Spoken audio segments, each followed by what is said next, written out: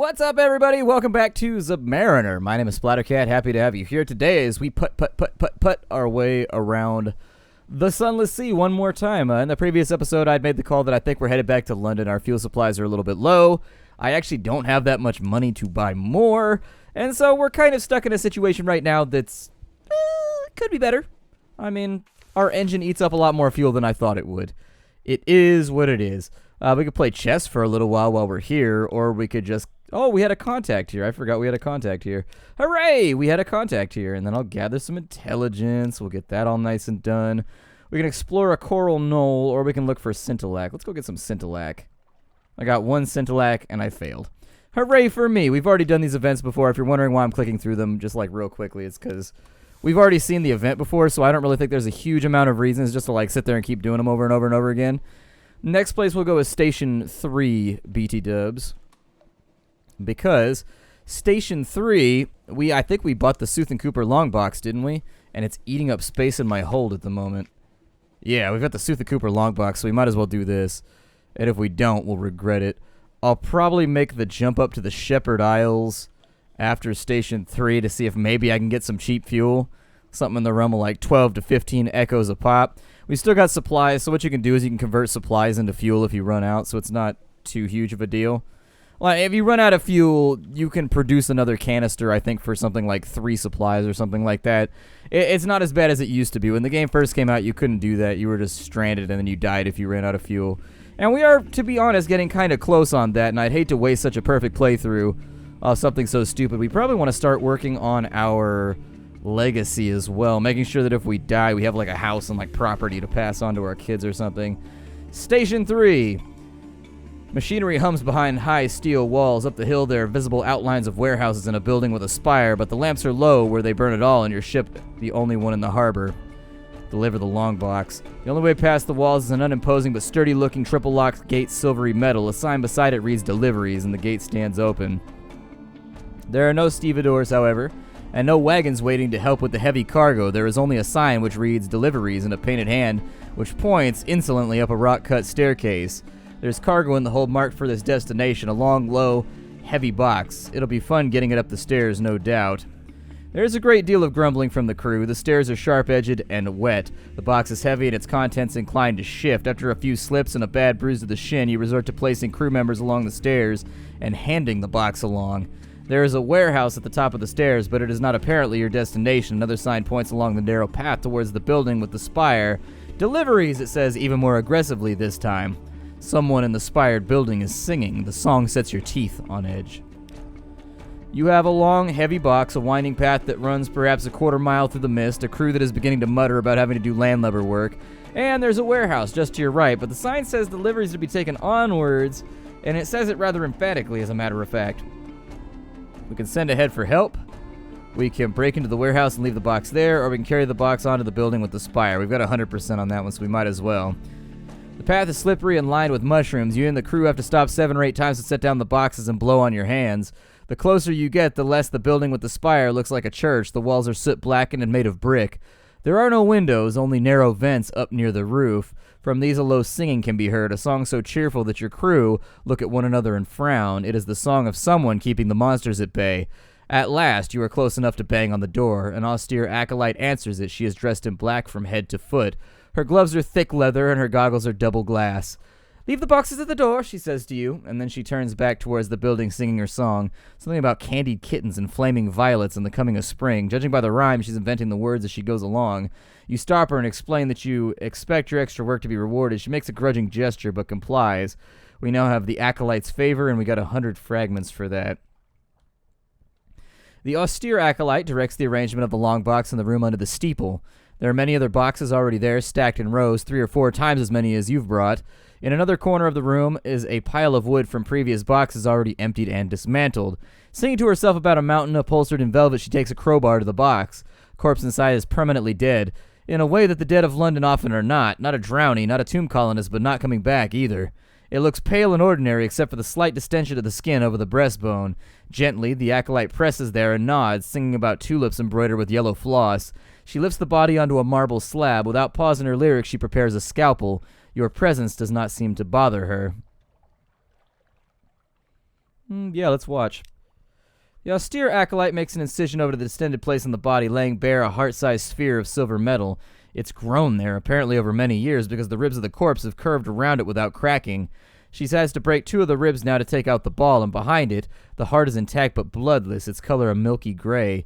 She notices you watching and halts her song just long enough to say, "They do not always grow in the same place, but over the heart is most common."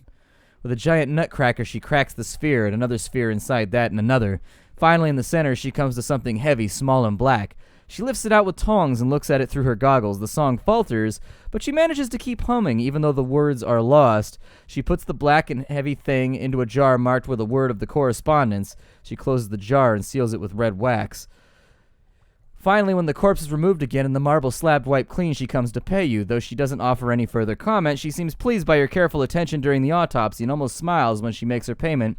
"A pleasure," she says. "Return another day. I may have something else for you." And so we've got a secret, I guess, is all that we got. And then we got 5 favors.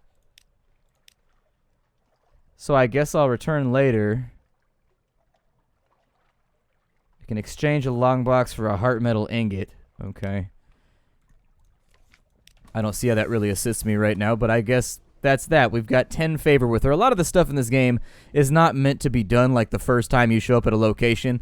And I think that's actually a fact that rubs some players the wrong ways. Like, for example, you can't show up at Station 3, do everything there is to do at Station 3, then go to Abbey Rock, do everything there is to do at Abbey Rock, then go to London, do everything there is to do in London. This is a game where, unless you have something awaits you, it's like, well, you know, what are we doing here? I do need to make sure that we go to Godfall the next time I'm out and around there. We've got enough hunting trophies right now to where I think that I could exchange those for a bunch of the stories that I'm lacking. Wonder if I can make it to London off this.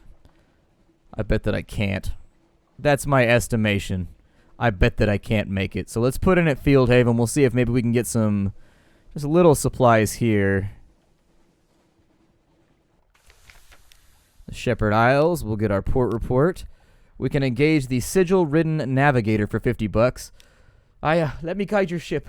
I know all the Z, how it was and how it'll be. Please, the headaches only stop when I'm working.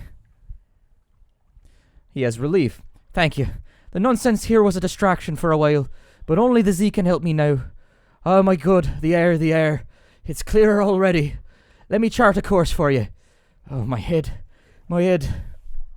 Appoint your new officer by dragging him. Okay, so we've got that. The new officer, he'll have more quests for us, and his is actually not that difficult, so things to think about. I think he gives us mirrors as well. We need to find somebody. I'm going to buy another fuel just in case, but we need to find somebody that's going to be able to do, oh, I don't know.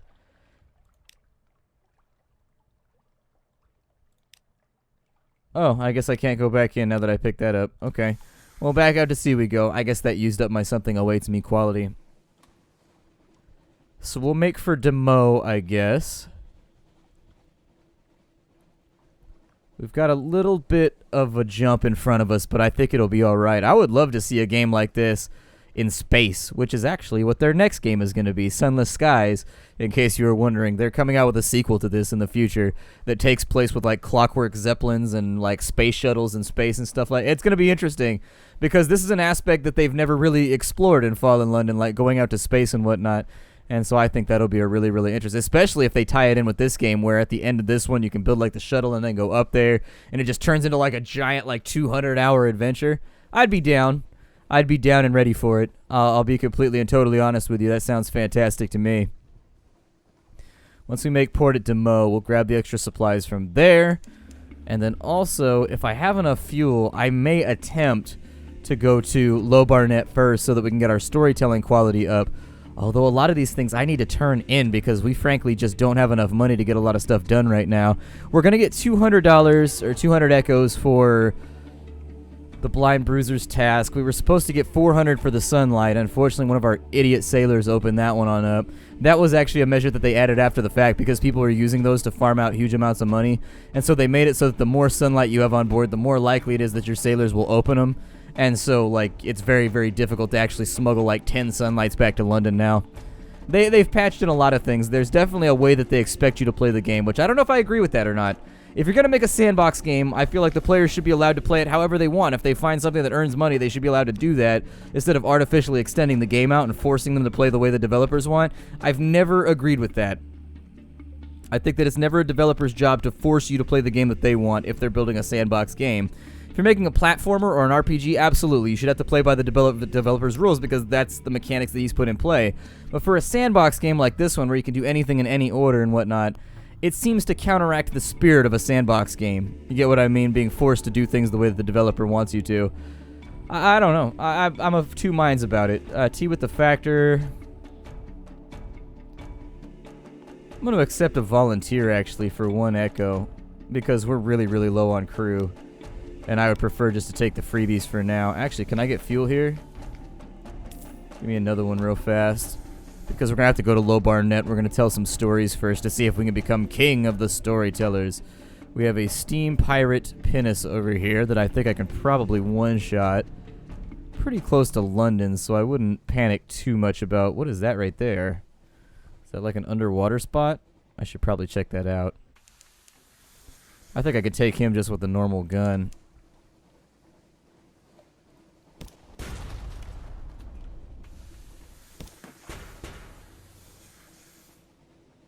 Oh my. It sounded a tad unpleasant. Loot and scuttler. And we've got parabola linen. Hooray. Oh, it might just be that light ship. I'm thinking it's just that light ship. It's not anything down beneath. I like the underwater mechanic, though. The underwater mechanic is very, very interesting because it makes you don't get a chart for underwater, which means you kind of just have to memorize like where everything is at and hope you don't overshoot it whenever you go around. Let's go to... Yeah, we're going to go to Barnet first, and after we get done at Barnet, we'll come back over here. If I have to buy another fuel, I'll buy another fuel, but I don't think I'll need to.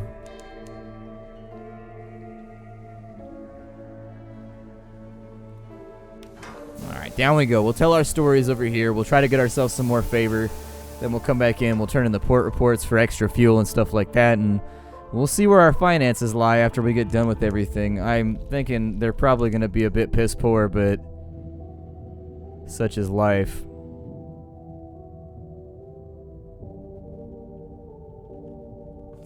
Alright, so in Barnet, let's trade stories with the... We need Storyteller 7, so let's trade stories with all of these. We've got Rosegate, which actually I need to keep because it's the first time we've ever been there. Oh, they only take stories from underwater ports. Okay, well, I'll turn in Rosegate then. You describe the gleaming cabinets of cigars, the impressions of far-flung places, conjured by each puff, the uplifting bite of freshly cut grass under surface sun, the dark whiff of lightless cellars stacked with mushroom wine, the sweating savage sense of London's flesh pots. Your audience inhales in unison, savoring imaginary smoke. So we've got 3 up right there. We need a lot more to really do anything here, though. Yeah, we need at least 4 to start up some of these things. As far as the shops are concerned, oh, we can trade Tales of Terror for fuel, and you get 2 for 2. Sure, why not? Oh, never mind. I don't get 2 for 2. I'll turn 1 in, though, because... why take the chance? Unfortunately, we won't get Rosegate credit for right now. But we had to get something out of that whole Barnet scheme. Had we not, I would have felt, I don't know, sad about it. We'll try to come back another time with more port reports and stories, and we'll try to get all the underwater places and sell them all at the same time so that we can get both of the things knocked out where we can meet the king, and then we also get the one where we can trade stories with the nobleman. It looks like you work your way up the chain as a storyteller, and slowly as you get better and better and better at it, time goes on. And eventually, you gain access to more, I guess, esteemed storytellers to challenge yourself with. I don't have any control goods. I'm going to set something aside right there and succeeded. They don't find anything, so that's good because I definitely have illegal shit on board. So that's done. Messages from the harbor master. Claim our payment and get that done. And it looks like he's done with us. We actually don't have the blind bruiser anymore to prop ourselves up. That's fine. It's one of those things that they give you in the beginning of the game to kind of help you along, but it's not meant to be had over the long term. Let's go ahead and we'll go to the Admiralty first. We will Submit our port reports and make ourselves a little bit of cash.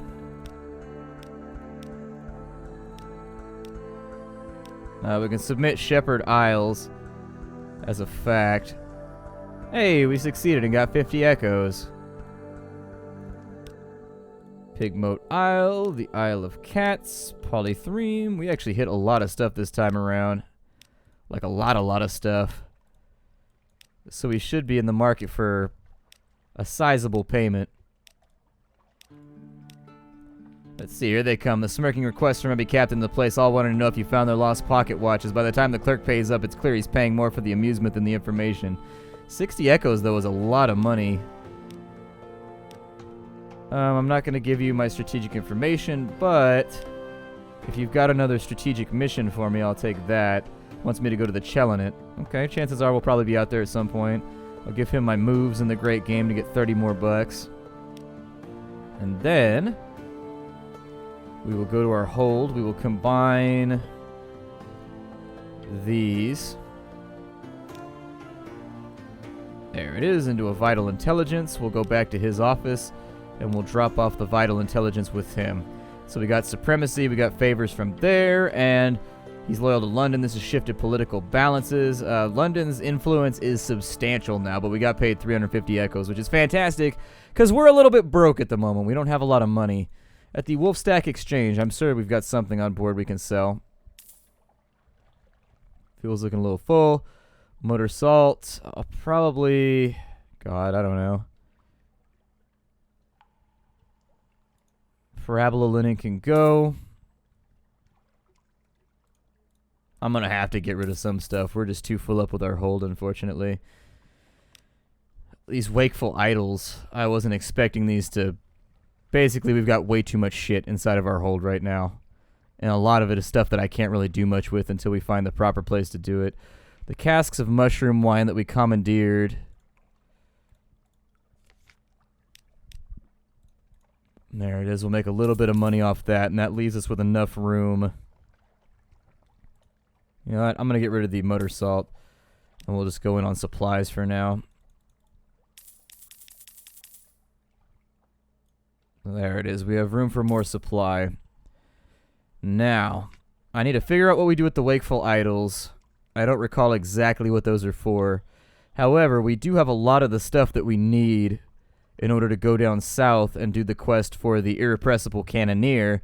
So I would suggest that we do that because you don't know what kind of gun or what kind of thing we're going to get. The only other thing that I really need are torpedo components because we're basically out of those. I'll take that back up to like 28 of those just so we have torpedo components ready to go. We still got our denunciation, Radis Faber assistants I think are fired out of like a cannon or something like that. Our hold is full.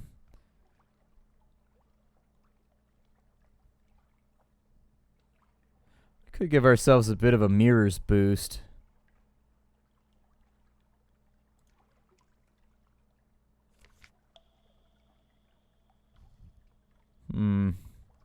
Tough call.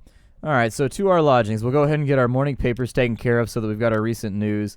I'm going to rest in my room above the blind helmsman because I need a restful night. And then in addition, I wasn't sure if I was wounded. We could buy an elegant townhouse for 1,000 echoes, but I think that would... It would set us up to be... Oh, I don't know. Who awaits our attention? We've got engage a Zailer for 5 echoes. Sure, I'll take another Zailer. And then I would also... Let's go to the Alarming Scholar. I need the Strange Catch for later. Unread Logs, I think you can trade an Erum for something. Oh, she likes these. So what does a Watchful Idol give me? 100 echoes, really? Oh, that's not bad. That's not bad at all. And that one gives me 20. So the Watchful versus the Wakeful. Okay. I've got a ton of outlandish artifacts that I could probably sell for a decent amount of money. Extraordinary Implications I could probably get away with. I'll give you the live specimen. That's another 100. Strange Catch I need to hold on to for later because that's for one of the only cooks in the game. There's not a lot of cooks in this game.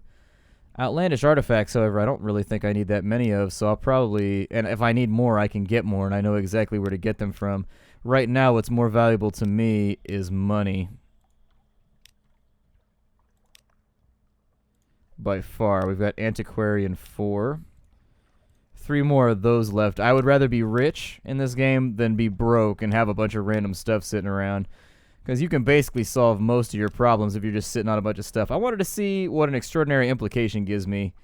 250 echoes. I actually thought those were worth a lot more than they actually are. But you do use them to resolve some quests, so I'm going to hold on to the other one. The unread logs. I think I can trade for those for something in Iram. The captivating treasure, I think, is worth 1,000. If you really need to get paid right now.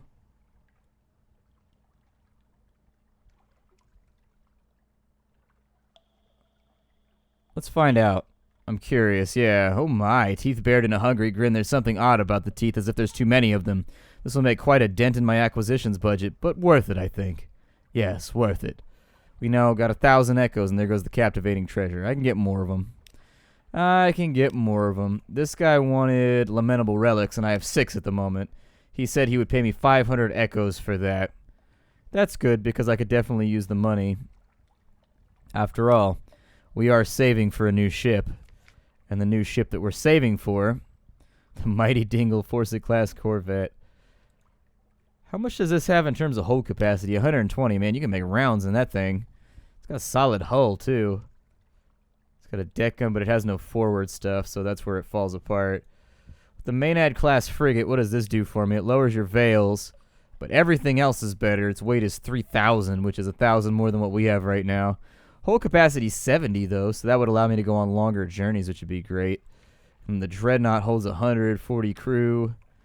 Deck, forward, auxiliary, bridge, aft, engines. And that's 28,000. What does this guy cost? 13,000 for this one right here, but it's a big ship. It's a frigate. We're in a Corvette right now.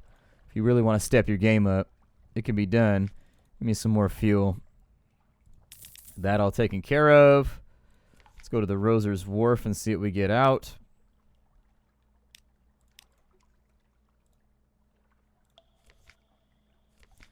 Someone's looking for solace fruit, and someone is looking for an outlandish. Of course they are. Absolutely, of course they are. I bet they would have paid us $250 or something like that for that. Damn it. This is my life now.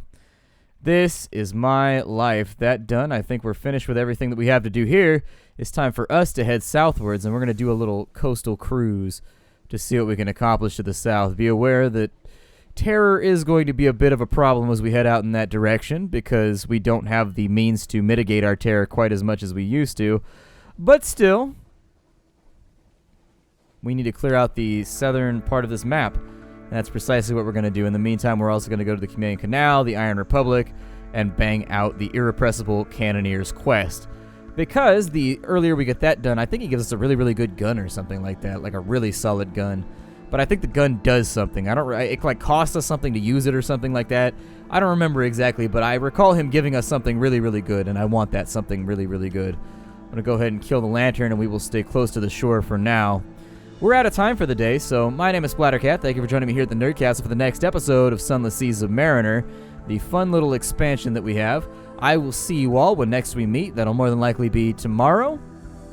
If that is satisfactory to you, I'll take my leave now. Stay delicious, noble viewer. Hi-do, everybody.